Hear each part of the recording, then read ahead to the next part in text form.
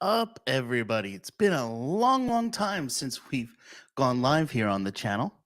Want to just say welcome to everyone joining in tonight. Hopefully, we'll have a fun time. Unfortunately, the person who's going to be joining me, Erica, our mortgage expert, she's feeling a little under the weather. So you're going to have to deal with just me this evening. Hopefully, everybody can forgive that. And I will apologize now. Might be a little rusty. Haven't done one of these in a while. But hopefully, everything is working. Upgraded a lot of the we've upgraded a lot of the equipment here in the studio. We have a new camera, new microphones that you see. We got them with fancy arms and everything. So hopefully you guys can hear things well.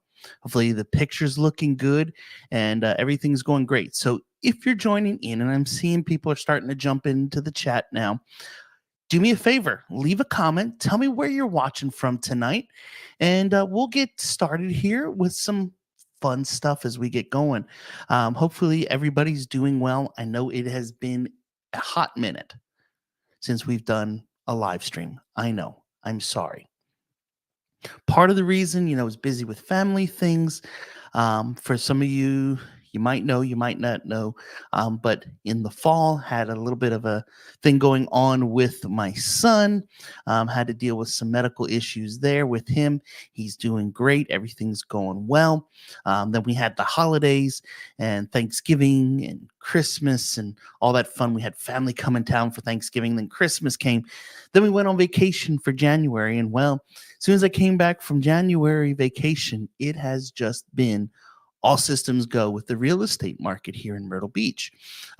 Things have been very, very hectic, to say the least. For those of you that might be joining me thinking, hey, the market in Myrtle Beach has probably cooled down. It's, we've seen everywhere that real estate's getting quieter and colder and not selling as fast. Well, let me just tell you, it's not.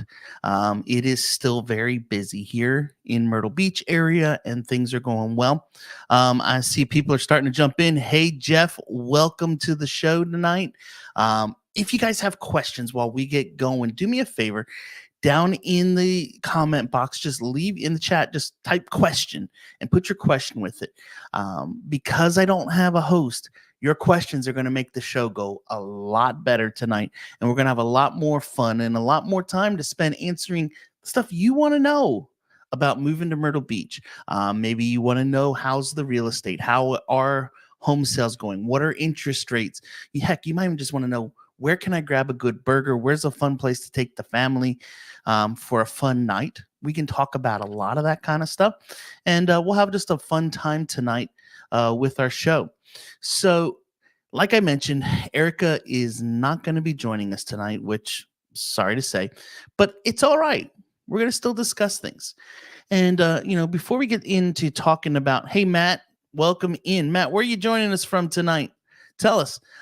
Before I jump into, where are things today, I think it's probably a good idea that we take a minute and kind of talk, where have things gone over the last several months? And so we're going to go back about 6 to 8 months, and let's just kind of, actually probably more like closer to a year, and kind of give a little bit of a recap of where things have been and where they're going. So if we all remember back, a wonderful year to 15 months ago, interest rates we were freaking out because they were going up to 5%. 5% interest rate. What are we going to do? And well, after that, things went a little crazy. We had some fun thing called inflation take place. And well, that made kind of everything go crazy. And so interest rates during that time, they jumped way up. And so, well, my camera went a little crazy there when I did that. Sorry, I'll try not to do that again. But when it did that, it made things go a little crazy, and interest rates jumped as well with inflation. And so they went from that 5% to 6% to 6.5% to 7% to 7.5% to 8%.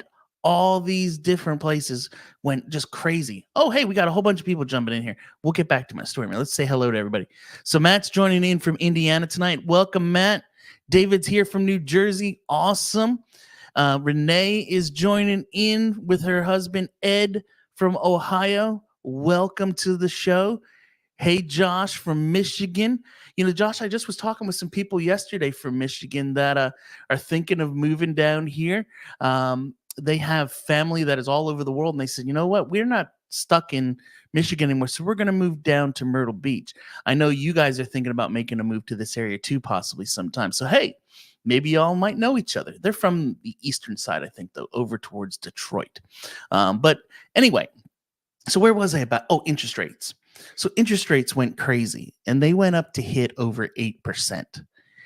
And, some people freaked out, especially the younger generations that may not be familiar with where interest rates used to be. I'm sure some of you that are joining in tonight on the show, you probably remember those days back in the 80s. I was a little young. I wasn't buying houses then. Hey, Dominic, joining in from upstate New York. I wasn't old enough to buy houses then, but back in the 80s, house rates were up in the 13s and 17% range. And so back then, people were excited for 7 to 8%.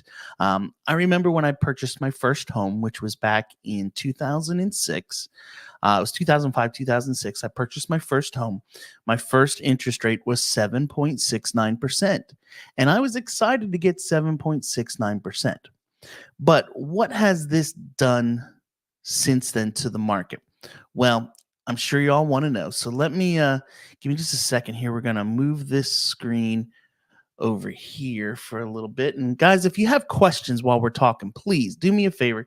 Type the question, ask me, and we'll go from there. Yeah, Matt just put in the chat here. My first home was 9.75 plus PMI.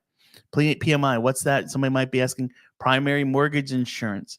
You're looking at probably about $75 a month per 100,000 that you're getting the mortgage for. So that can be a little expensive for sure. Wolfman jumping and saying, hey, Jeremy, we're looking to move out late summer, early fall from Southern California. Awesome. Great time to move to this area. I love the falls here at the beach. Let me know how I can help you with the move. And this goes for anybody who's joining in tonight. If you want to learn about moving here and want to schedule a call, just visit jeremyblanton.com. That's my website. And it's real simple. Right there, you'll see on the homepage, it says book a call, and it connects right to my calendar, syncs up. We can schedule a time to get together. Or if you have specific questions you want to ask, you can always email me at the link that's shown there on the screen. But give me just a second here. I want to share my screen. Let's go here and let's click this and go to that.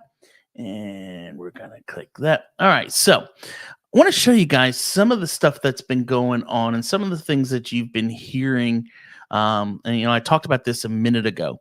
The average rate hit 8% for the first time since 2000. And people freaked out, right? Well, what did this do? It made all the buyers out there who were thinking of buying, a lot of them put everything on pause and just said, hold up, I'm not going to do anything.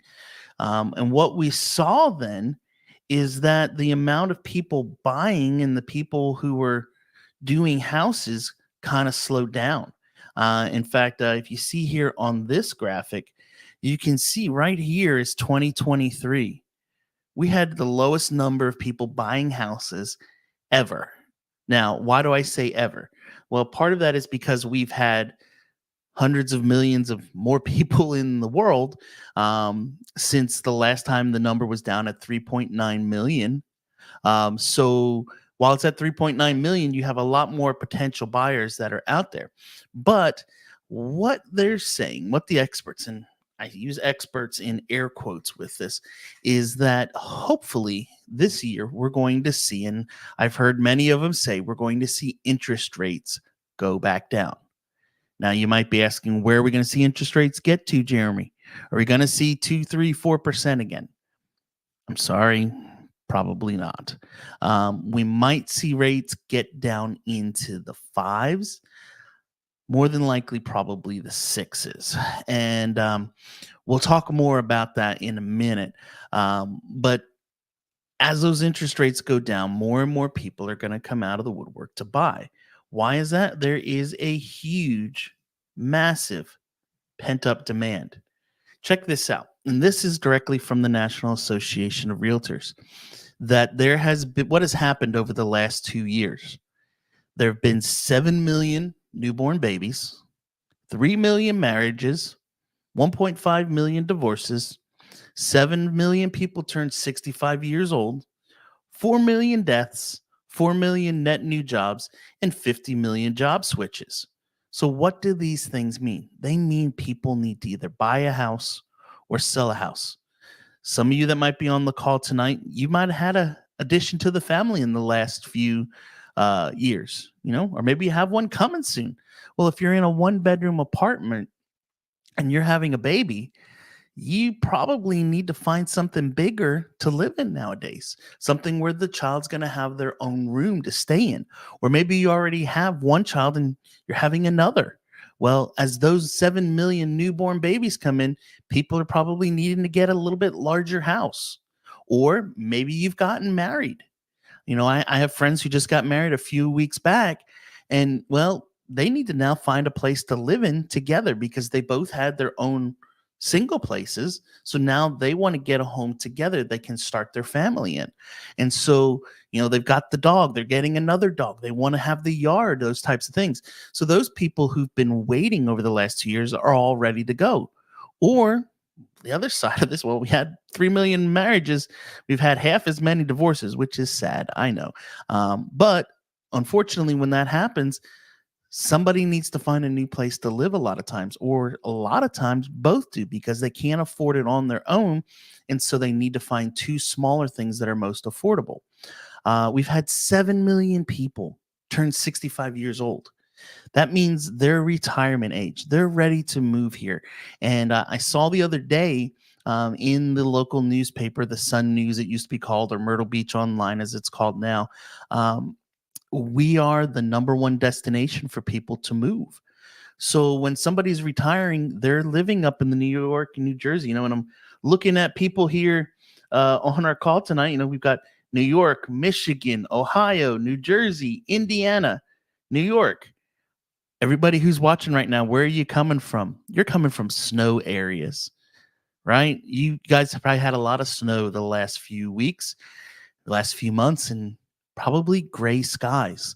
I have a good friend. We send them pictures almost every day or two of the beautiful blue skies here because they're in and up in the north where it's cold and dreary and gray, and they're not quite used to it. They're used to blue skies. So we can share those things with them. And so a lot of people that are now at that age of retirement are saying, I don't want to live in the cold anymore. I don't want to shovel snow anymore. I want to be able to enjoy life. I want to be able to have a good time and not have to worry about those things. When my grandparents moved down here, one of the reasons they moved is they weren't the greatest, they weren't the steadiest on their feet. And so they needed to have something steady to walk on that wouldn't be icy. So that was one of their big reasons for moving here. So we have a ton of people that are going to be moving that they're just tired of it anymore. They've waited for rates to come down. They've waited for prices to get more affordable, and it just really hasn't happened.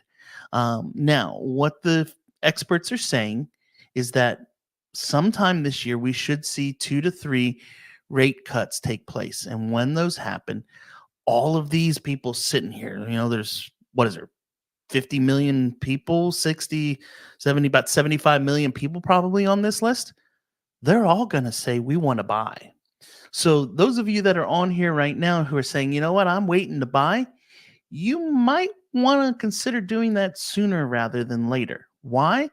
Because when you have 50 million new job switches, people that have been moved, started a new job and, oh, well, it's an hour away. Well, it's all right. I'm not moving right now because I have this good rate and I've got this, affordable house and everything.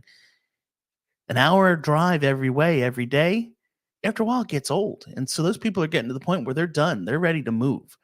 So it might be wise to make that decision sooner rather than later. Let's see here. We have some questions coming in here. Let's see here. David has a question. David wants to know, better value, buying new or resale? Excellent, excellent question, David. A lot of it's going to depend on your situation. And give me just a second here. We don't need to keep showing that screen. Let's go back to here. There you go. So David's question is better to buy new or resale? Right now, the way things are today, new construction is the better value and the better deal, I would say. Why is that?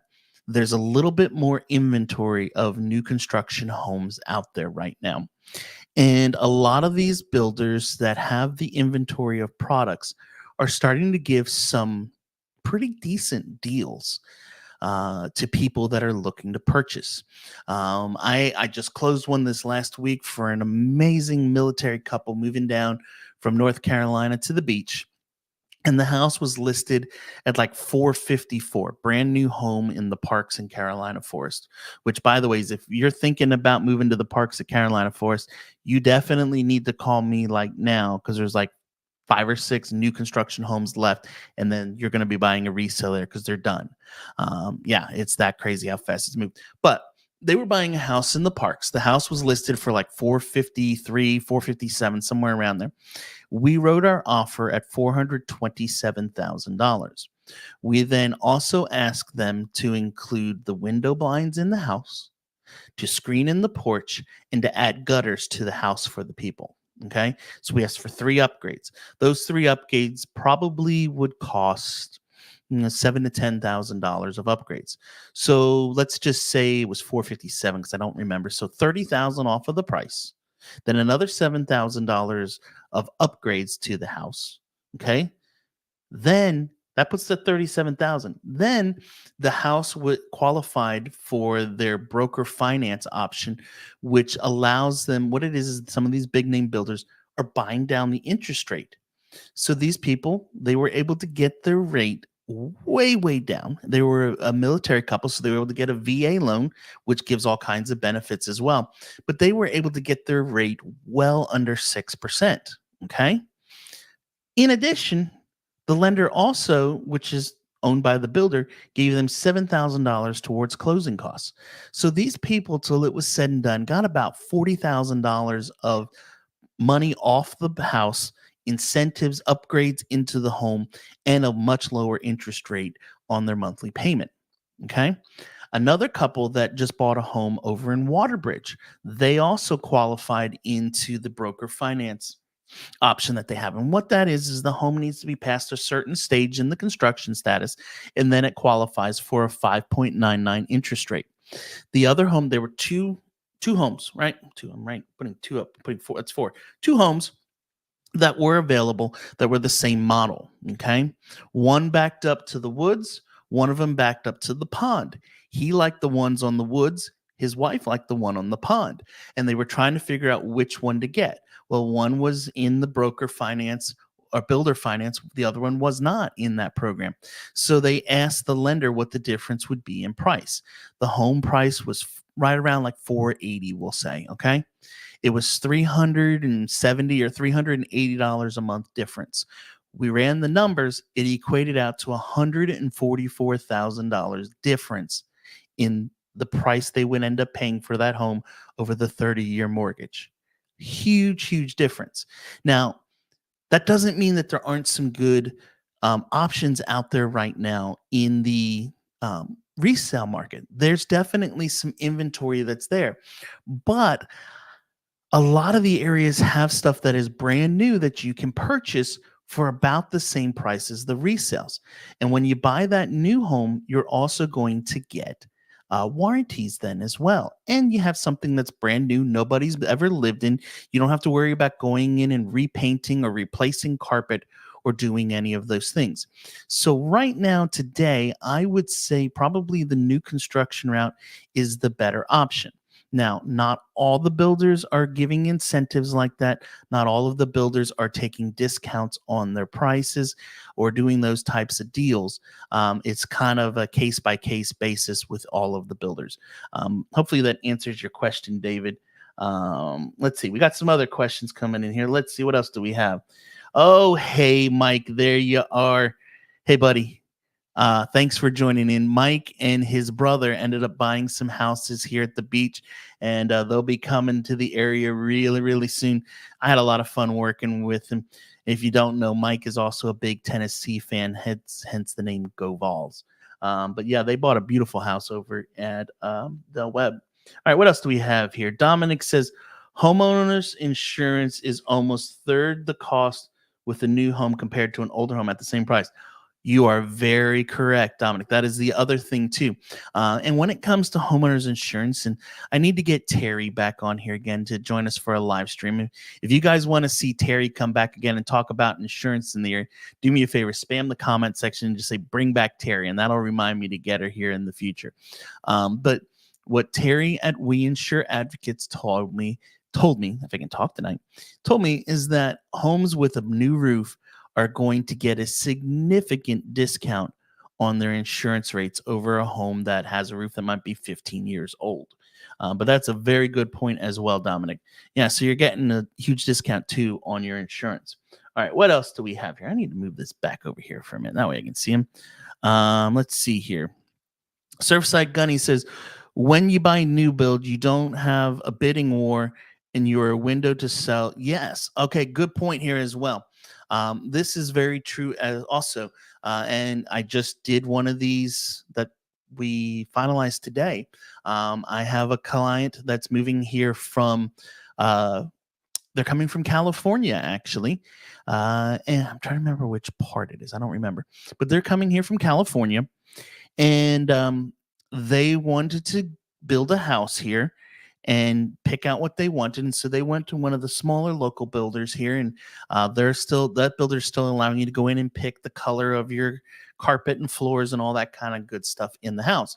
And that builder would accept an offer contingent to sell their home. All we had to do, and so if you're somebody who's thinking about moving here and have a house to sell to make the move, you can do it. And that's what we did. We just had to get the house on the market within 24 hours of us writing the offer. And so we were able to do that, called him up, said, we're ready to go. They transferred over the earnest money deposit with this smaller builder. It was $5,000. They will then pay 25% of the upgrades, which will be due at that time. And then the rest of the money is not due till actual closing. And they will do it. I can tell you, if you're someone who has a house to sell and make the move, D.R. Horton will also do that. The house just needs to be, I think it's stage 7 or less in their builder matrix, which basically means the house needs to be, I think, drywall or less put in it. But they will take a contingent to sell. Now, during that contingent to sell time, if somebody comes else along and says, I want this lot with this house, they can submit an offer, which would make you have to either remove your contingency or lose the home. But once you put your home under contract, you then go from contingent to sell to contingent to close. Okay, see the difference in the terms there? Contingent to close, you're locked in, it's your home. So what my clients from California are going to do with their purchase is they're going to lease their house back for a little bit. Then once school is out, live with a parent in California for a few months, and then come here and find something short-term to rent. Probably a little on the expensive side, but they're going to do that for probably 2 to 3 weeks at the end of August as school begins into the beginning of September when their home will be ready to go. So, yep, good point. Let's see what else here. David said, great examples. Thanks. Yeah, guys, awesome. So we have some other questions here, and I just wanted to say once again, if you guys have questions while we're talking tonight, feel free to throw them in the chat. Since Erica couldn't be here, I'm here to answer any question you guys have. You want to know where's good places to eat? Where should we be looking for a house? New home versus resale? Those are some awesome questions. And let's see, we have a question here from Josh. Let's see what Josh says. What options would you suggest for a young couple who are first-time homebuyers but don't have a significant chunk of money to put towards a house and can't afford a new build? Great question. So and this was one of the things I was hoping Erica was going to be here tonight to do, but there are a lot of programs that are out there for first-time home buyers right now. There is one right now, I think it's called like the Palmetto Heroes, which is for teachers. Those that are I think it's for teachers, those that were in the military and those that are like first responders and those types of people, where you can basically purchase a house with like no money down. They're going to give you a ton of money towards closing costs, and the rates are going to be pretty darn good on those programs. I also have somebody right now who's another first time home buyer, and she's using one of the SC housing programs, which is going to have a decent rate on it. She's doing 3% down on it, and it's going to be a conventional loan, not an FHA with all of those fun things with it. But there are some great programs that are out there for sure. What I would suggest doing is, shoot me a message and I can get you hooked up with my lender, who she can tell you about some of those programs that are out there and help you to figure out which one's going to be the best. I can tell you, if you go and you purchase something out towards Conway and a little bit out further from the beach, you can also do the USDA program, which is going to be basically a zero down program as long as you have decent credit. So for basically $500, you could purchase. Now, if you go and you purchase something that is a new construction home, there are programs there as well. My one client who was closing on a home today, he bought out in a neighborhood called Auberon Woods, which is out off of Highway 90. It's a D.R. Horton community. He had to put $2,500 down as his earnest money deposit, and he basically will not have to put any other money down until closing. He'll then put in the rest of his down payment, and that's it. And so with programs like an FHA or SC Ready Housing, it's called something like that, there's definitely some options that are out there for first-time home buyers right now. These lenders right now especially have a ton of new products coming out almost weekly for first-time home buyers to really help stimulate them getting into the market. Which brings me to a great question and a great point that I wanted to talk about tonight as well. Let me go back here to sharing the screen a moment. And if you guys have more questions, put them in the chat. We'll definitely get to them here in a little bit. But let's go back here a minute to my sharing of screens and pull up. Where is it? Here it is. So we were talking about first-time home buyers a minute ago, right? So take a look at this graphic.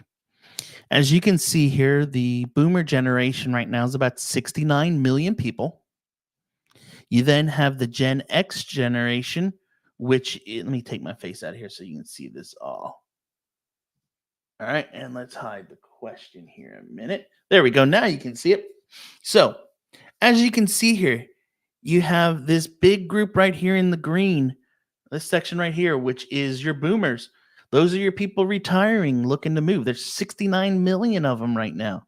Then you have the Gen Xers, which is where I fall in right here. That is 65 million people as well. But look what's coming behind. You have the millennials. And there is a huge, huge, huge group doing it.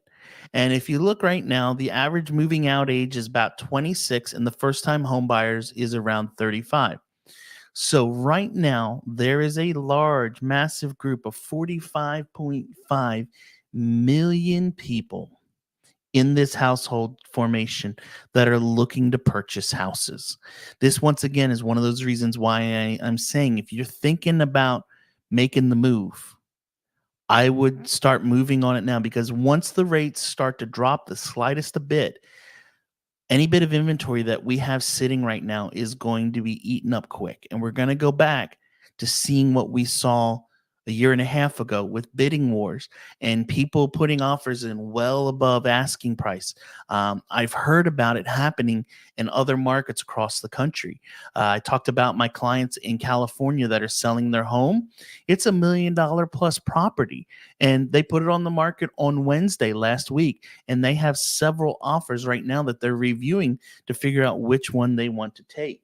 So it is super, super important. If you're thinking about buying, you might want to go ahead and do it now instead of waiting for much longer, because if you do, you might end up in some trouble. Okay. So let's see what other graphics we have here. And like I said, if you guys have questions, throw them in the chat. Let's go over here to my graphics, man. I had pulled some things up just in case we needed to talk about it. So let's talk about talked about the demand. Did we talk about this one? Let's see. We did a little bit, yeah. So here's where the projections of what they're seeing and saying is going to happen over the next year and a half. We're going to go to 4.6 million by the end of 2024. And look what they're projecting for 2025, 5.3 million transactions. That puts us ahead. Look where it goes. If we draw all across here, 5.3, that puts us ahead of 2022 when we had 5.1. Not quite to the craziness of 2020 and 2021, but still a really good amount of people looking to buy a house. Some other things to check out. We talked about the rates. Check out this difference right here. If you buy a house right now, okay, this was somebody who bought a house in 2021 and they paid $1 million for it. Okay, their interest rate was 3%. So they got the house for 33.74. And back then, I'll never forget people going, you know what? I have to put my face on so you can see it as well. You know what? I don't want to buy a house right now. The rate house prices are going crazy. I'm not buying a house. I'm waiting because it's got to crash. It's going to go down. Okay. So in 2023, they got right. The prices went down a little bit. So the price went from 1 million to 980. But during that time, the interest rate jumped from 3% to 7%. So their monthly payments went up $2,000 a month. Did they save anything in the long run? No. It's one of the reasons why we talk about all the time as well. Marry the house, date the rate. Rates are going to fluctuate and they're going to go up. They're going to go down over times for sure. Let's see, what else do we have here? I think that's all of them. Did we talk about this one here? Man? Let's see. We talked about that one. Did we talk about that one? Oh, so here we go with interest rates. Yeah, let's talk about this a minute. So I mentioned a few moments ago about new construction rates getting in the builder program down to 5.99%, right? What that shows us is that the builders have figured out that if rates get down below 6%, it will make people buy. These big builders still have to sell product in order to keep their operations rolling. And so even if that means having to spend a little bit more money to buy rates down to under 6%, it's making it work. So, what does that mean? With all the craziness that's coming up over the next few months with the election and just the economy and everything else going on, we're going to hopefully see those rates start to drop. I got a text message today from Erica, my local lender, that states that where average rates are today, her thing said average rates are 7%. I just literally typed 7.5%. I literally just typed this into Google right before we started today, and this is what it shared. It said the average rate today on a 30-year fixed is 7.81. On a 15-year fixed is 6.9. And if you're doing a 10-year ARM, you're looking at 8.1%. And that's just on a basic house with 20% down, okay, with good credit score. Right. So you can kind of see rates right now are still hovering. They came down a little bit. They got down to where we started to see a 6 on the first number, but it was like 6.999. But it did show, and now it's kind of bumped back up again. But what everyone is sharing in the experts out there, the chief economist of National Association of Realtors, my real estate coach who coaches 50 to 100,000 agents across the country, is that the rates are going to come down as we get closer to the election because both parties, doesn't matter which side you're on, but both parties want to look like the heroes and say that they're fixing our economy. They're taking care of the inflation. And so they're going to work together on this to get those rates to come down some. So while sometimes when we have an election year, we don't know what the future is going to hold. They're pretty confident that that's what's going to happen in this year's election as we get closer to it. Let's see. Do we have any more questions here? We do. Here we go. Let's see what Mike says. Which is cheaper, better value? Lowe's food, Publix food, Whole Foods, or other? Good question, Mike. So Mike's asking about grocery stores. Where is the better value on food, right? When you're going to go shopping, we got to go grocery shopping, right? Honestly, where I do most of my shopping, and if there's anybody local here on that wants to jump into the chat and kind of comment as well where you think, but where we do most of our shopping is at Aldi, ALDI. It's not a full blown grocery store, but it has a lot of the essentials and a lot of the stuff that you need for day to day. And so we do a lot of that. Then we will fill in with a lot of the things we need. I have a son who's 13. I don't know if he's watching here tonight, but my son is 13. He's a little over 6 foot tall, wears a size 12 shoe. The boy can eat. He can out eat me and his mom every day at every meal. Finishes after we're done eating, and we're like, man, we're so full, and he's eating way more than us. And then, of course, the question comes, what's for dessert? So with that, we have to do a lot of our shopping at places like Sam's Club or Costco. So we do a lot of that for the bulk food items, filling in with Aldi. And then we also will fill in with just, the basic things that we need each and every day. The absolute cheapest is Walmart, but dealing with Walmart can be a little bit of a headache. However, Walmart Plus will make it nice and cheap for you and make it easy to get it. You can just have them pick it up, pull in, they drop it in your car. But other than that, where we do most of our other grocery shopping, Publix and Whole Food and Lowe's are usually a little bit higher than Food Lion or even Kroger. But let's see what other people say here. Robert said, there you go here, Food Lion. He actually liked that answer so much, he said it again, Food Lion. Let's see here. What else? Josh says, not a local, but SC native. Costco is our favorite. Kroger is a great way to fill the gaps with things you can't get from Costco. Yeah, that's kind of what we do as well, Mike. We go to Sam's Club or Costco. I've always had a Sam's Club membership since I moved here because Costco wasn't here yet. And so we go to Sam's a lot because we're just familiar with where everything is. And then we fill in, supplement with Aldi and with Kroger or Food Lion, whatever else. So hopefully that answers your question. But good question. I love questions like that. Keep them coming. And let's see here. Matt asked the question, are you seeing a lot of special assessments? I'm not sure if you're asking in regards to condos, single family homes, or what with that. I will tell you, we are seeing on condo complexes, especially those along the beach, there is a fair amount of insurance assessments coming along. Unlike Florida, where everything has gone completely just off the rails, we're pretty close to it, but not completely there. But a lot of places have had to have special assessments for insurance adjustments.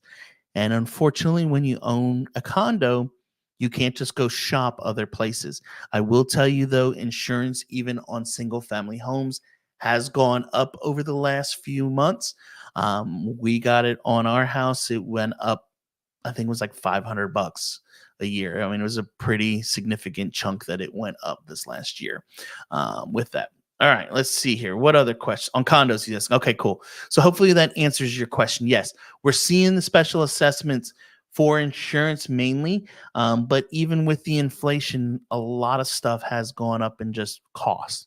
The landscape of the building, the maintenance of the building, just the gas that the landscaper needs to use the mowers, that price has gone up. So with everything kind of going up with inflation, yes, we have seen a lot of that happen. Even a few where it's, legal stuff that has happened. That's why it's just real tricky buying a condo, especially on the beach. With that. All right, let's see what other questions do we have here. Love it when these questions start coming in. Josh wants to know, what are your favorite fancy restaurants along the Grand Strand? Oh boy, this could be a fun one for a while. I'll try to keep it brief. One of our absolute favorite places to go eat is Clark's Seafood and Chop House up in Little River. Um, it is awesome. It sits on the marina up in Little River. My favorite thing to eat there is the filet Napoleon. Give me just a second. Let's see if I can find a photo of this. We're going to take a minute here and let's go Clark's Seafood. And then filet Napoleon. Let's see if I can find an image of it. Because it makes a whole, oh yeah, here we go. All right. So let's go back to sharing our screen here in a minute. All right. So let's hide your question a second here, Josh. There you go. So here is the filet Napoleon over here on the right. It is a bed of Parmesan risotto with asparagus on it, a filet mignon sitting on top of that, with a giant crab cake with a cream sauce and a reduced vinaigrette over the top of it. It is fantastic.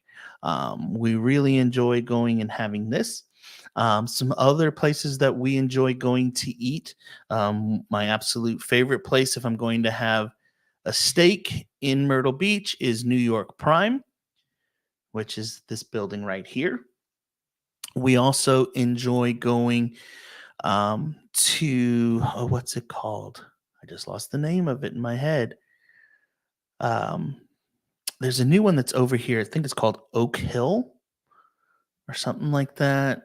Tavern. I don't remember the name of it, but there's a new one in Carolina Forest that just opened up that's pretty fancy that we went to. It was pretty good. Oh, that's what it's called. Hook and Barrel. This is also a really cool place we enjoy going to. That's pretty good food over in Myrtle Beach. Here, the Grand Dunes area. It's called Hook and Barrel. Really, really good food. It's owned by the same company that owns Croissants, Bistro, and Bakery. So, hope that answers that question. Let's see here. What else we got? Any other questions coming in? I don't see any at the moment. There's actually a video, if you want to learn more about restaurants, that I've done over on my YouTube channel. I've actually done one twice now. So let's go over here and let's pull this up. Go to view my channel. And videos, and it's probably some of the more popular ones. So here it is. Here's one I did for 2021. And here's one that I did for 2022. Probably time to do another one for 2024 where I talk about some of my favorite places to eat. They have extra thick cut bacon at both Hook and Barrel and also at New York Prime.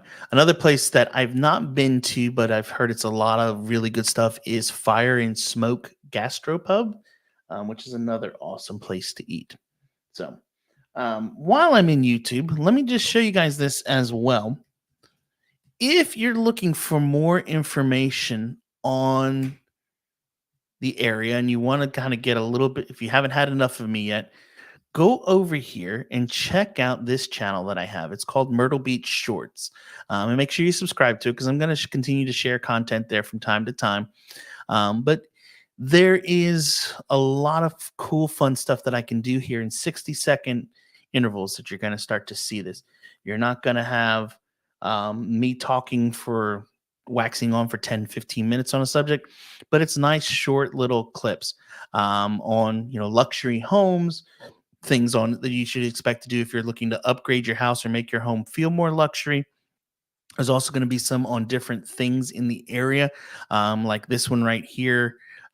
This is a new joint. I'll try and just mute the music and play it while we're talking. This is a new little takeout spot here in the Carolina Forest area. It's called Miyabi Jr., where you can go in, you can get some delicious hibachi. They cook it fresh as you order it. Pretty good value. I think like a junior chicken bowl is like $8 or something. So it's actually more affordable right now than going and getting McDonald's, I think. So there's cool stuff like that. Or you can come down here. You will see some of the ones in here are not me. They're actually one of the gentlemen who shoots video with me. His name is Jarrett. He's been on the channel before as well. But Jarrett is a true native of Myrtle Beach. And so he shares a lot of really cool history and things that he knows about the area. If you want to learn about the shag dance, its origins, where are the good places to go do that, Jarrett talks a lot about the shag. He also talks about the ghost walks that are over in Conway, and just some other cool stuff, around the area that he likes. But also, you'll find as you go through here, we do some fun ones about like best places to get a steak, best places to get pizza in the area, or like here's one he did on one of his favorite lunch spots, Magnolia's, which is down in Myrtle Beach. It's a good Southern cooking buffet. And so there's a lot of really cool little content in here. And so if you just go on to YouTube and you search for Myrtle Beach shorts, and you'll see here's the picture of Myrtle Beach in the icon, you can catch all that kind of stuff. So, all right, let's see. We got some more questions coming in here. Let's see here. Matt asked, oops, let's go here first there. Hook and Barrel, he loves it. Yeah, it's a good spot. I really enjoy going there myself to eat. What other questions do we have here? Is registering a car expensive? Well, you don't necessarily registering a car, no. But you will pay taxes on your vehicle here each and every year. And it's based on the value of your vehicle. So, for example, I literally just paid them this last week on my vehicle, which is a 2015 Ford Explorer, and they were like $275 for the year. And I will pay them again next year. You pay it every year. Every time you renew your registration, you pay taxes again on your vehicle. But the reason mine are high, and the reason being is that my vehicle is registered in my business name, not just in my personal name. If it was in my personal name, it'd probably be about $150 a year on that. All right, let's see. What other questions do we have here? SD122, with all the people moving to the area, is the healthcare system being impacted? How difficult would it be to find a family doctor? Scott in Mass. Good question, Scott. So, yes, there's a ton of people moving to the area. There are people moving here every single day, and lots of them. With that being the case, I will tell you the healthcare in the area is continuing to grow each and every day. When I first moved here, we basically had Grand Strand Regional Medical Center and Conway Medical Center, and that was it. And now, in the last several years, there is Seacoast, which is up on the northern end, Tidelands down towards the south. You have Waccamaw down there. You also, Conway has grown tremendously. Grand Strand has like more than doubled in size. And so there is a ton of healthcare here. Family doctors and all that kind of stuff. There are plenty of them moving to the area each and every day. There's also still a great need, no doubt about it. But I would say overall, healthcare is something that we have a pretty good handle on, and it seems to be keeping up with the pace as best as it can. All right, let's see. What else do we have here? GTI123. Hey, Jeremy, great videos. I joined late. Did you talk about the availability of inventory and what way you think it will trend over the next 8 to 12 months? I touched on it very, very minimal, but it's a good question, GTI. And I forget what your name is. Sorry. But let's talk about this a minute. So right now, there's a little bit more inventory that's sitting out there. Part of it is because the builders have continued to build even when the number of people buying houses has slowed down a little bit.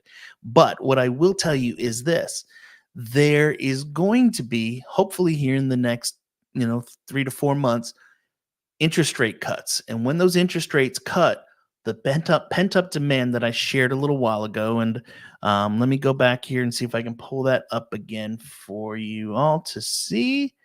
Give me a second. This is where when I had somebody helping me, it makes life easier, but we're going to make this work here. Boop-a-doo. And let's hide your question so you can see it. So there's this huge pent-up demand of people over the last 2 years. When interest rates went up, everybody kind of said, pause on buying. We'll just be good with what we have. They may have had that baby and they're living in a house where they're a little bit too snug, or they may have gotten married and they're still living in an apartment instead of getting their home started, or they got divorced and, well, we're just going to figure out a way to make it work, or they've turned the age of 65 and they're ready to retire, but, well, interest rates went up, so we're not ready to do anything, or we're waiting for prices to go down. We've had 4 million new net jobs, 50 million job switches where people are driving an hour, hour and a half to work right now because, hey, I can't afford to move and don't want to spend that extra money. Well, once we start to see interest rates take that drop, which I think is going to happen here in the next probably 3 months or so, I feel it's going to make the market go crazy. And any bit of inventory that right now is sitting there, which inventory is sitting probably right around 3.5 to 4 months, I would say, is going to be used up pretty quickly. So hopefully that answers your question for you. All right, let's see, what else do we have here? Ann from Rhode Island joining in. Thanks for doing the video. Glad I could do it for you. And if you have questions, leave them in the chat. That's what I'm here for. Let's see here. Catherine. Oh, hey, this is my wife. How about that? She's asking questions. What do you think are the most surprising things people moving from out of state discover when they move here? Oh boy, we don't have enough time to cover this one. I might have to do a whole video on this. Thanks for the video topic, honey. But let's see. One of the things that people are not used to is the pace at which things go here. One of the things I always share with people is this: when you move to the beach, you're moving here to have a more relaxed, laid back lifestyle.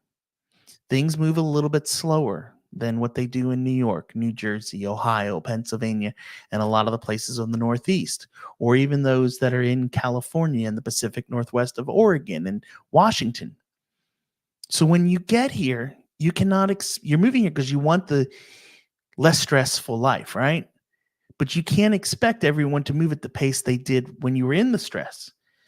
So while we try to fix it and get everybody to move at our pace when you move here, unfortunately, you're not going to change them.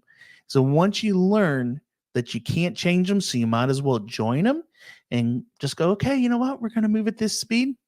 Life's going to be a lot better. That's probably the number one thing I would say. I also will say that we have sun here. We have lots of sun. People moving from the Northeast don't realize how many days of gray they see until they get here and realize we have many more days of blue skies than what they're used to dealing with their whole life.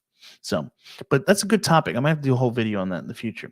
All right, let's see, what else do we have here? Grace wants to know, what kind of fun activities do you recommend on a budget where you can avoid the crowds during the summer season? Ooh, good question. So first thing is obviously the beach. The beach is the easiest thing to do.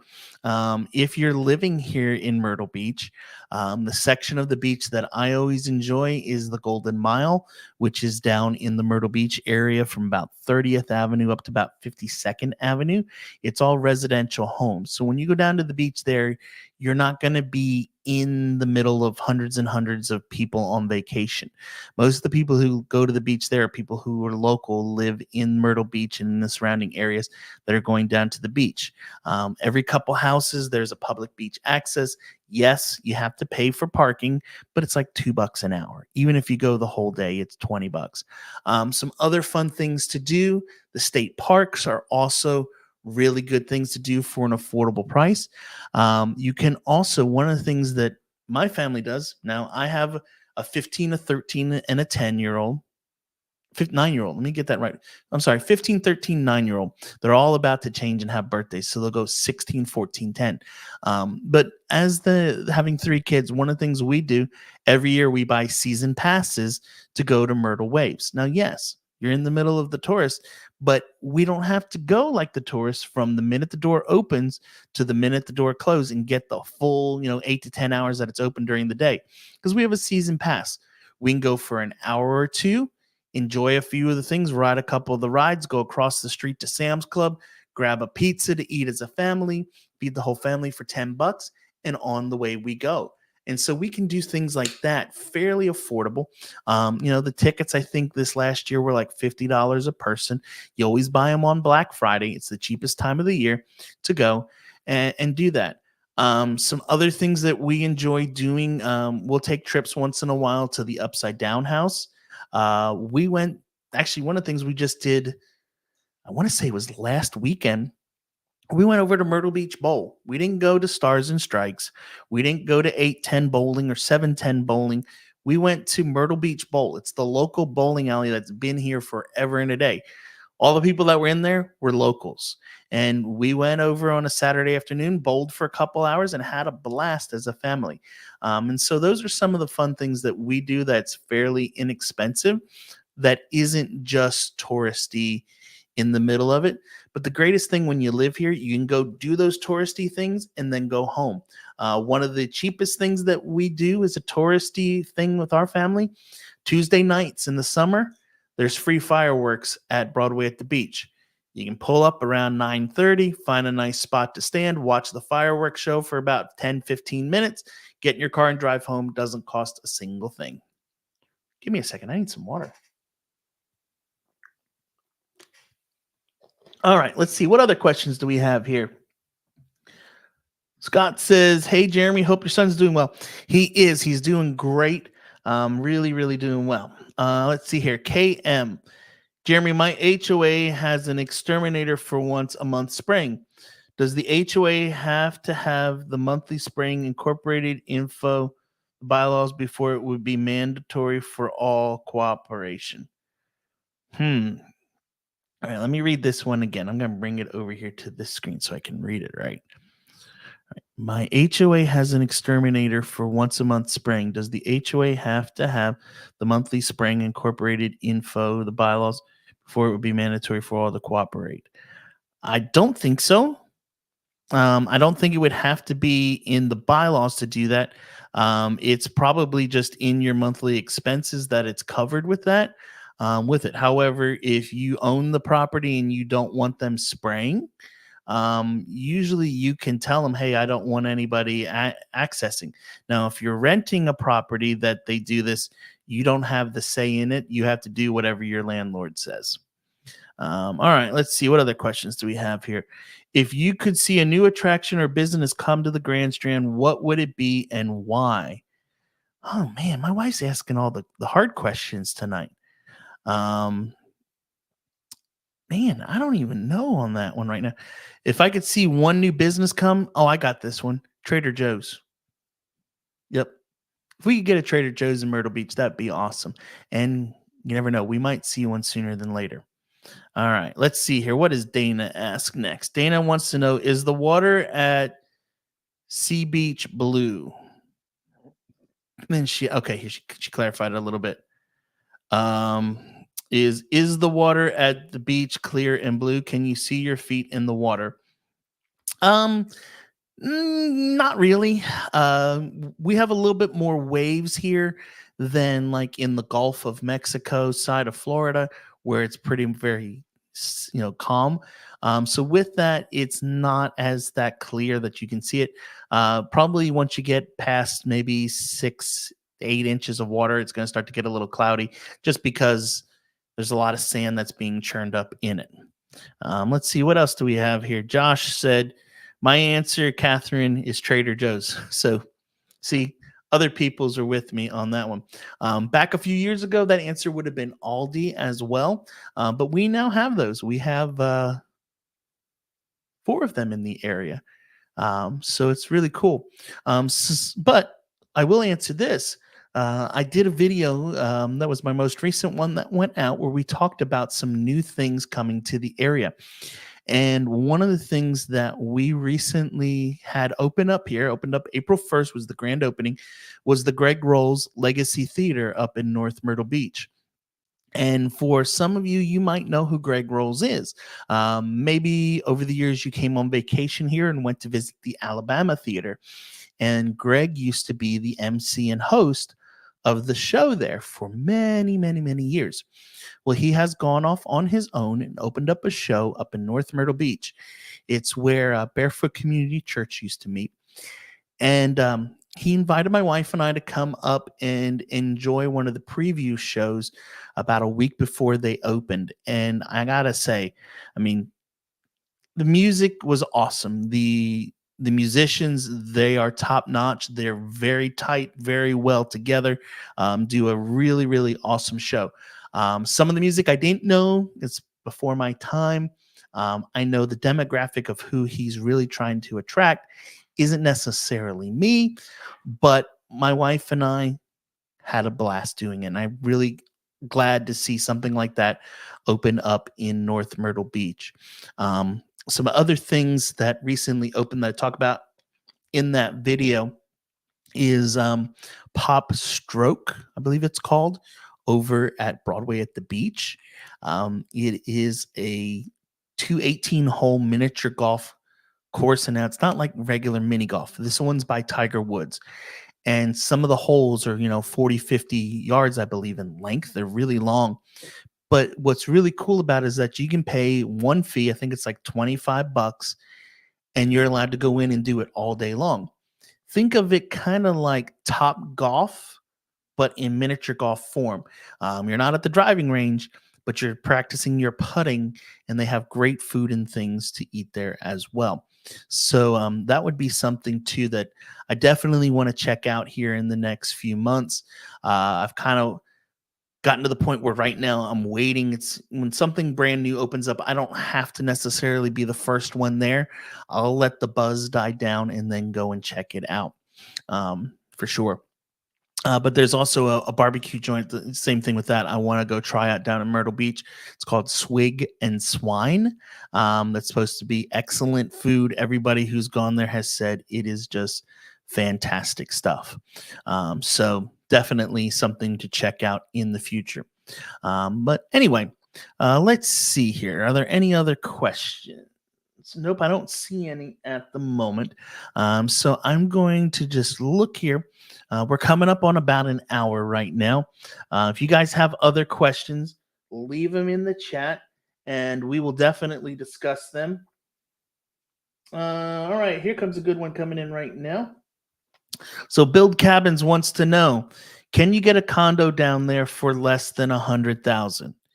I don't know. Let's just do a search and see, and we'll talk about that in a minute. So we're going to come over here and we'll go to the MLS and let's just do a search. Oops, we don't want residential. We want a condo. So a condominium, and we're going to say we want to have an active status, and we're going to say up to 100,000. So there are currently 66. Let me move my head out of the way and turn off the questions so we can see that. So there are currently 66 condos for sale. Let's look at these and see what we have. So right now there are, well, this first one here I think is probably a garage. Yep. So this is a garage. You could buy a garage for 42,000. Not gonna be able to buy that too much. So these first few here, this Covenant Towers is an assisted living place. So you probably wouldn't be looking for that. This one is at St. John's Inn. It's an efficiency. So the thing we have to look at with some of these condos, yes, there are some that are on here that are available, but like, for example, this one, which is the efficiency, we have to look at the square footage. If you're paying cash, no problem. We can go buy one of these today. But if you look right here, the total heated square feet is 401 square feet. So a lender is not going to give a loan on a property like this because it is too small. Also, because it is considered an efficiency, which means if we look at the pictures of it, it's basically going to be one whole room with the kitchen, with the bedroom, the living room, everything all in one place versus having the living room separated from the bedroom type of thing. So because this is not in a separate room, the lenders will not give financing on that type of property. So if we come down here and look at some of these other, if you look, most all of these are all going to be efficiencies. Here is one that is over at Myrtle Beach Resort that is listed for 99,000. This one is a one bedroom and it is over the 500 square foot mark. So you should be hopefully all right there. However, I will tell you, I believe there is litigation in here. So to answer your question, kind of the best I can, let me bring myself back up here. So to answer the question, yes, there are condos here under 100,000. However, if you're looking to do a loan, it's going to be very difficult. The other thing that we have to pay attention to is what is the monthly homeowner's fee. So for this last one that I was showing you, that was 99,000. The monthly HOA fee is $913 a month. Yeah, it's more than a mortgage payment. So it can get expensive on those. All right. Yeah, let's see what else do we have here. Some other questions coming in. KMS, Jeremy, do you have any recommendations for an HVAC service in Myrtle Beach? Yes, there are several of them in the area. The one that services my property is Beach Heating and Air. They do a great job. There's also Swift in the area. There is also, oh, I can't think of the name of him just now. I can't think of his name. He goes to my church. Um, Catherine, if you're on here, help me out with this because I don't remember on that anymore. But yes, Beach Heating and Air is who I would probably call first, or Swift. I would stay away from the Roto-Rooter and ARS because they are a little bit more expensive. And then I've heard very mixed reviews about like the 1 hour heating and air or 24-hour heating air, whatever they are, the hour heating and air places as well. So hopefully that answers your question. All right. Always have liked, I'm going to bring this back in front here so we're looking at the camera at the same time. Always have liked the Surfside Garden City area. However, I spent some time up in Cherry Grove recently. Do you see a larger demand in one area over the other? Ooh, good question, John. Here's my answer. And I'll share a story here. And for those of you that have met me in person, we've had meetings in my office or phone calls. You've probably heard me share the story of Jim and Tanya. And Jim, you might be on here with Tanya. I don't know. But let's talk about this a minute. When you're buying a house here in the Myrtle Beach area, you want to pick the area that you like, not based on what other people tell you. There's a good demand for both sections of the beach, and it ultimately, at the end of the day, comes down to preference. I talk about my clients in the past, Jim and Tanya, that they were looking to move here, and they went to a pizza joint to get dinner one night, and they had a real estate magazine with them, and the server said, "Oh, you thinking about moving?" They said, "Yeah." And so, of course, they asked the server, "Well, where should we move?" And the server told them right away. They were up in Little River. What'd the server say? "You got to move to Little River. It's the best place in the world." And they said, "Oh, okay." And then when the server came back later, they asked him, "Well, what do you think about Carolina Forest?" "Oh, no, you don't want to be down in Carolina Forest. The traffic down there can be a nightmare to deal with." And there was a little nice retired couple sitting next to him at the table next to him. And they leaned over and said, "You don't want to go there. The traffic is just terrible." So Jim and Tanya wrote off all the Carolina Forest based off of a server and a retired couple. So we went, found them a house in northern end of the beach, and they said, "This is where we're going to go." And I said, "Well, the house that you're wanting, I have one of those that's available, a new construction ready to close in 30 days down in Carolina Forest. Why don't we go look at it?" "Nope, don't want to." "Well, let's go look at it just so you know what you're thinking of getting." "Nope, not going to do it." "Okay, do me a favor. Just please come check it out. Just humor me." They were not in the house 30 seconds before Tanya looks at Jim and says, "Jim, I want this house. I don't care about the northern end of the beach. This is where I want to be." So my story, I share that story to always get to this point. You need to pick the areas that you like. And what I always share with people is spend some time in the different sections of the beach. And when you come on vacation, it's a very different thing vacationing here versus living here. Hopefully that answers your question.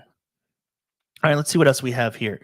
Bill Cabin says, "Wow, okay, I didn't know that." Yeah, it's kind of crazy. Um, Robbie wants to know, is it worth it? Is it worth to buy land now in Horry County? Sure it is. I mean, it depends on what kind of land you're looking for. And Are you looking for in a subdivision? Are you a builder that's going to build it yourself? Are you going to hire a builder? What's your budget? All that kind of stuff. Um, Most people with their budgets, say your budget's 400 to 500,000, you're going to probably end up going to one of the spec builders nowadays. Buying a piece of dirt and building something custom, you're not going to be able to do in that price point hardly anymore. Things have gone up just in price everywhere with that. So hopefully that answers your question. But I do have some people that buy dirt and try to build in some of the subdivisions as well. But the dirt itself has also gone up a good amount lately. All right, let's see here. JG said, "Are there a lot of duplexes available in that area? How viable is it to rent out one side?" Okay, yeah, this is a question I get from time to time. Unfortunately, no, there's really not. Um, there's really just not a lot of duplexes here in the area. Number one, the duplexes that you will find are going to be older. A lot of them are kind of more run down, I would say. Um, that they're really not that beneficial. Yeah, you can. It's not like other parts of the country where people buy a duplex, live on one side, rent the other side out. The other thing to consider with that is you basically are buying it as two separate units a lot of the time, paying twice the amount of taxes, all that kind of stuff on those properties. And you're sharing a wall with somebody that if they're a jerk living next door to you, unfortunately, you're stuck with them till the lease is up. But overall, there's just not a lot of duplexes here in the area. All right.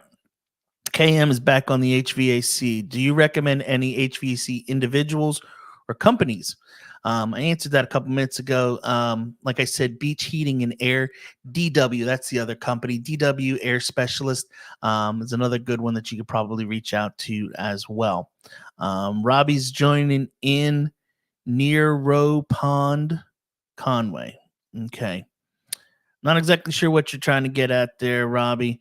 Conway, a great area out west from the beach.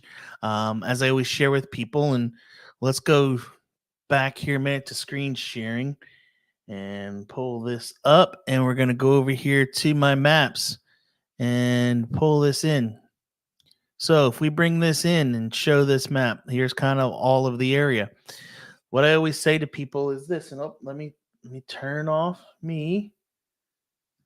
And let's hide the question here. The closer we get to this big blue thing over here, the higher the price point's usually going to be.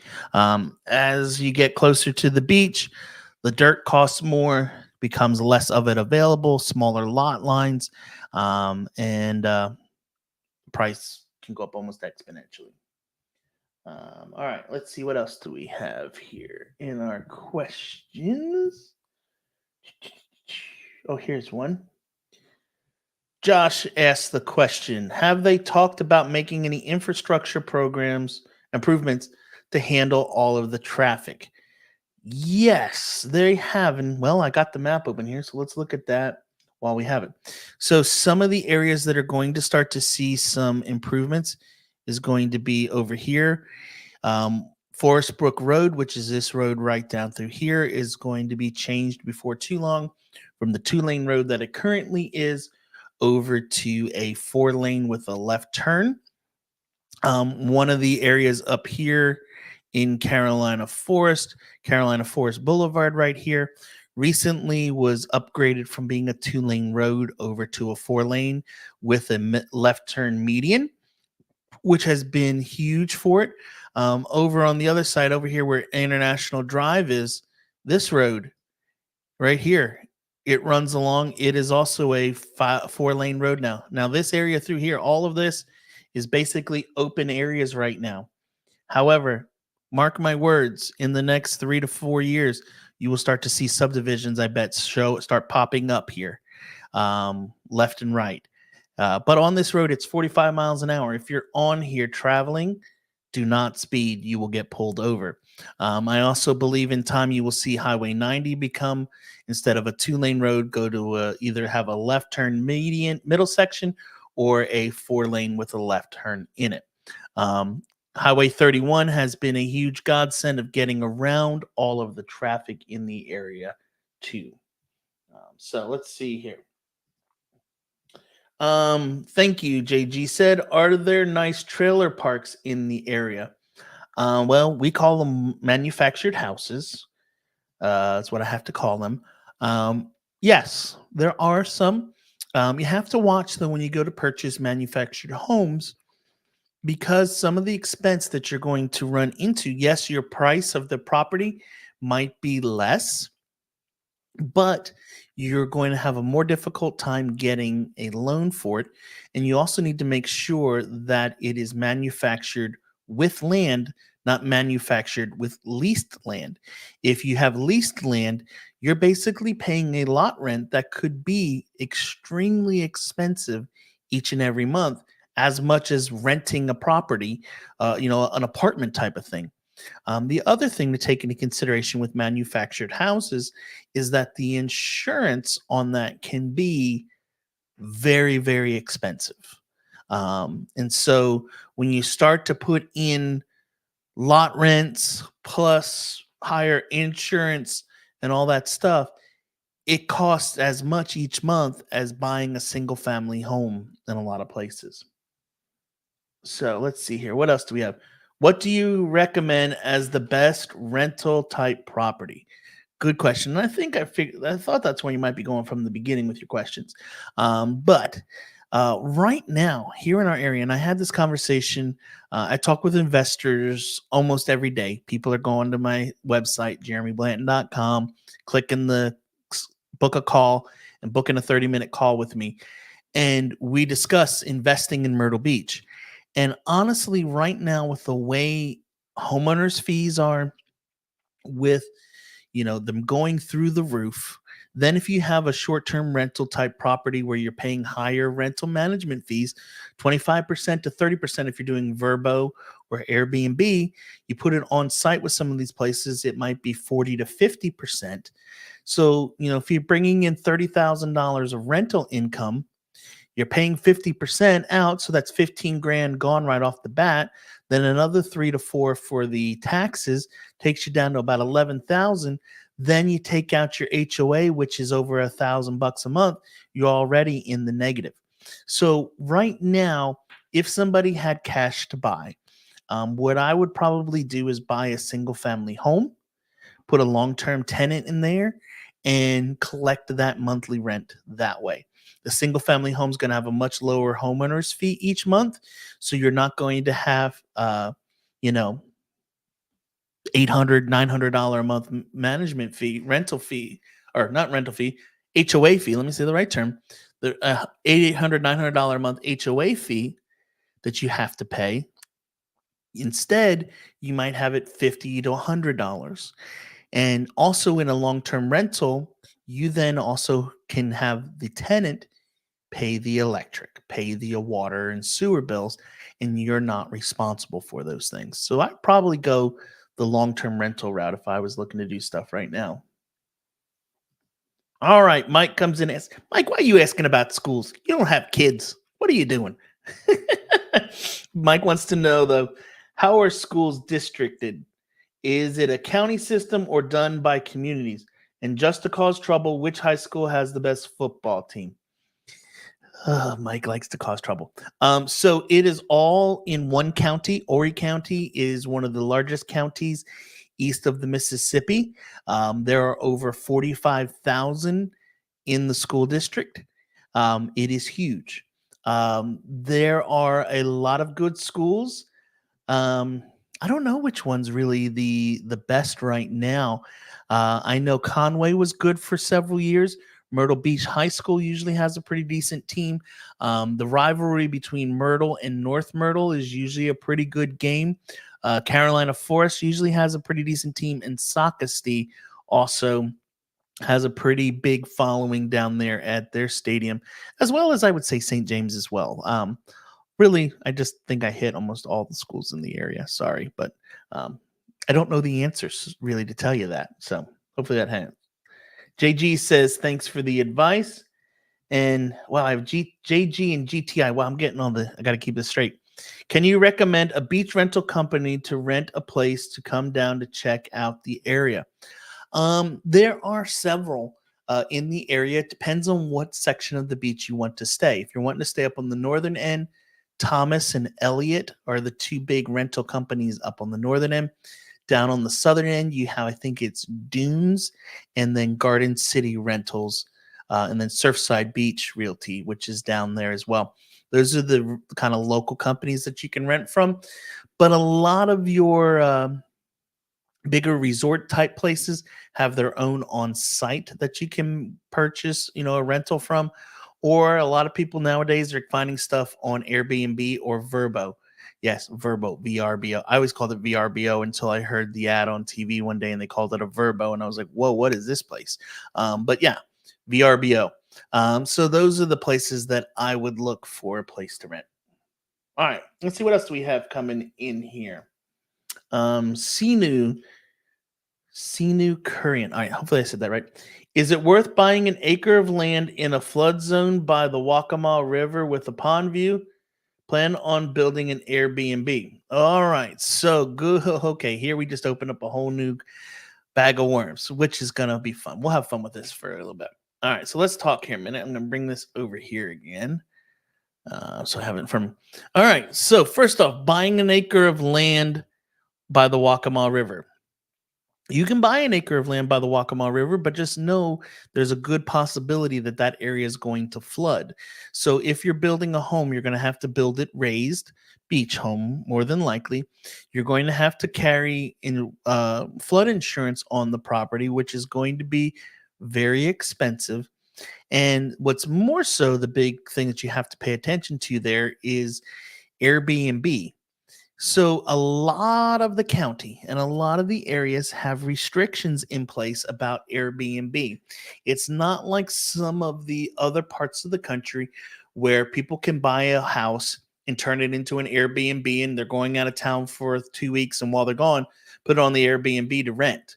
And then when they come home, just they take back over.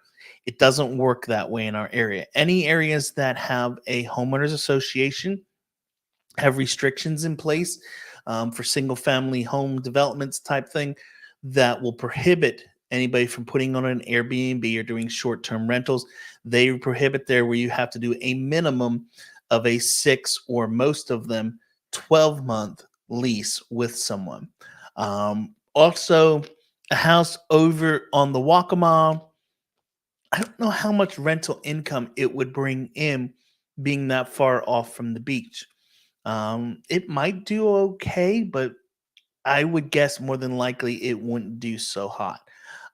You would be better, and also to you go spending the money to buy the dirt, build the house, get everything with it. You would be better to just take your 700,000 to 800,000 or more and buy a house down by the beach, and you could turn that into a short-term rental there. And I have a client that bought one of those about 2.5, 3 years ago, and their average rental income is like $70,000 to $100,000 a year on that property, before all the fees and expenses and everything goes out. But yeah, you do have an option, something like that. So anyway, guys, it's 80 minutes. We're at 85 minutes right now. If you guys have any final questions, because I'm going to wrap it up here, I think, in a few minutes. But if you guys have any final questions, ask them now. Hopefully, you guys are enjoying tonight. Hopefully, you got some value from this. And hopefully, we'll do these again in the near future. If you want me to do more of them, do me a favor as well. Leave a comment. Say, come on, Jeremy, get back to doing these regularly. And we will get back to doing live conversations like this in the future. Let me just, while you guys are typing out those questions, I'm going to look here a minute and make sure I covered all the stuff that I wanted to talk about in tonight's stream. Because once we get off into questions, I sometimes forget. Oh, I want to talk about this a minute. For those of you that might be wondering right now, here in Myrtle Beach, the weather is fantastic. we're at that point of the year where it's beautiful weather, mid 70s, gets a little cooler at night, and then during the day up in the mid 70s. We're going to hit 80 again next Thursday, which will be awesome. It was a little crazy this last week. It was up to 90 degrees at one point, and then we had some really, really heavy storms pull through the area last on Saturday night. There was actually some real crazy weather. We had just a slight bit of hail that maybe was like 10 seconds long as I was driving home. And yeah, a little bit of hail. And then it got cool where the temperatures got down this morning. And when I got in the car, it was like in the high 40s. All right, let's see. Oh, there's some more questions coming in. So let's go look at those. Bring this back over here. I've got my mouse on the right side. We'll be good to go. Oh, I need to shut off. Sorry, I just put it into the abyss where it all just copies over. Let's see here. Richard says, hello from Pittsburgh. Hope to retire there soon. Awesome, Richard. Listen, as you get closer to that time, feel free to reach out to me. Like I said, guys, my email's down below. Sorry, I did that. I got to do it back here. My email's down below right there. It's going to show right there. It is. There it comes across the screen. info@jeremyblanton.com. You can shoot me an email with your questions, or if you want to book a call, just go over to jeremyblanton.com and you can book a 30-minute call. It syncs. And let me just that's what I wanted to do. I'm going to bring this up here so you guys can see it. It's actually super easy to do. So let's go over here and we're going to jump over to jeremyblanton.com. And so you guys can see just how simple this is to do. It's going to open up my website. Oh, let's hide the question here a minute. Hide that. Now, come on now. Did I lose internet? Nope, there it is. All right, so here you go.